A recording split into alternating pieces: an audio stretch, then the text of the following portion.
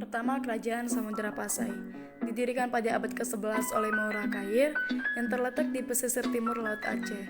Kerajaan ini dalam buku sejarah merupakan kerajaan Islam pertama di Indonesia. Sejarah raja-raja penguasa Kerajaan Samudra Pasai dibagi atas dua dinasti. Dan dinasti pertama adalah Maura Kair dan yang kedua dinasti Maura Silo. Kita akan membahas kedua dinasti dan yang pertama adalah dinasti Maura Kair. Dinamakan dengan dinasti Maura Kair karena pendiri dan raja pertama Kerajaan Samudra Pasai adalah Maura Kair. Maura Kair sendiri memiliki gelar Maharaja Mahmud Syah yang berkuasa pada tahun 1042 sampai 1078. Maura Kair digantikan oleh Maharaja Mansur Shah yang berkuasa dari tahun 1078 sampai 1133.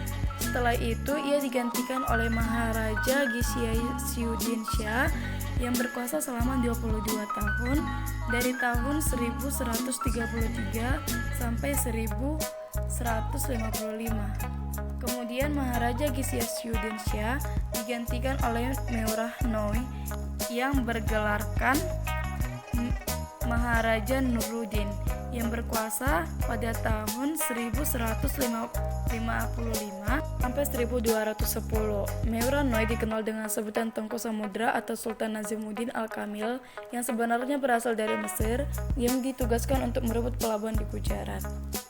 Namun Maura Noi ini tidak memiliki keturunan sehingga di saat itu ada istilah perebutan kekuasaan ketika Maura Noi meninggal. Hal inilah yang menyebabkan mengapa Samudra Pasai itu mengalami kemunduran. Oke, lanjut. Yang kedua adalah dinasti Maura Silo. Mengapa dinamakan Maura Silo? Karena didirikan oleh Maura Silo yang bergelar dengan Sultan Malik Al-Saleh. Nah, Sultan Malik Al-Saleh ini merupakan keturunan Raja Perlak atau Malaysia yang sekarang. Sultan Malik Al-Saleh mulai membangun dinasti Maura Silo disebabkan karena dinasti Maura Kair yang pertama itu bubar. Dan ketika Sultan Malik Al-Saleh memegang kendali, sistem pemerintahan serta armada darat dan laut kerajaan terstruktur dengan baik. Dan saat itu kerajaan Samudra Pasai mengalami kemakmuran, dan utama ketika pembukaan pelabuhan Pasai. Hubungan kerajaan Samudra Pasai dan Perlak berjalan harmonis ketika Sultan Malik Al-Saleh menikahi Putri Ganggangsari, anak dari Raja Perlak. Maura Silo berhasil memperkuat pengaruh kerajaan Samudra Pasai di pantai timur Aceh sehingga membentuk kerajaan perdagangan yang sangat kuat di Selat Malaka. Dinasti Maura Silo, raja-raja yang berkuasa adalah Sultan Muhammad Malik Zahir, Sultan Mahmud Malik Zahir, Sultan Mansur Malik Zahir, Sultan Ahmad Malik Zahir, Sultan Zainal Abidin. Ini kita akan membahas tentang Sultan Zainal Abidin.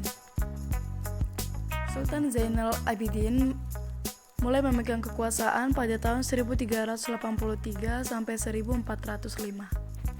Pada masa kekuasaan Sultan Zainal Abidin, kekuasaan kerajaan meliputi daerah Kedah di Semenanjung Malaya.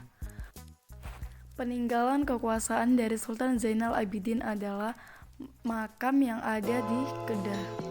Sultan Zainal Abidin sangat aktif menyebarkan pengaruh Islam ke Pulau Jawa dan Sulawesi dengan cara mengirim para ahli dakwah. Oke, lanjut. Kemudian kita akan membahas akibat dari keruntuhan Kerajaan Samudra Pasai baik dari internal maupun eksternal. Dari internal ini, banyak sekali kerajaan Samudra Pasai mengalami perang persaudaraan, seperti pengambilan kekuasaan, perebutan kekuasaan, dan juga pemberontakan saat itu terjadi, sehingga Sultan Malik Al-Saleh kewalahan dan meminta bantuan kepada Raja Malaka. Namun pemberontakan tersebut tidak dapat diantisipasi disebabkan karena kerajaan Malaka direbut oleh Portugal pada tahun 1511. 10 tahun kemudian, tepatnya 1521, Portugal menyerang kerajaan Samudra Pasai. Kehidupan masyarakat Kerajaan Samudra Pasai yang pertama berdasarkan ekonomi didasarkan pada kegiatan perdagangan internasional. Hal ini didukung dengan letak kerajaan ini yang strategis berada di ujung Selat Malaka. Dan yang kedua, sosial, yaitu kehidupan kerajaan Islam Samudra Pasai sangat bercorak Islami dengan diberlakukannya hukum Islam. Demikian penjelasan kerajaan Samudra Pasai yang bisa saya sampaikan. Terima kasih.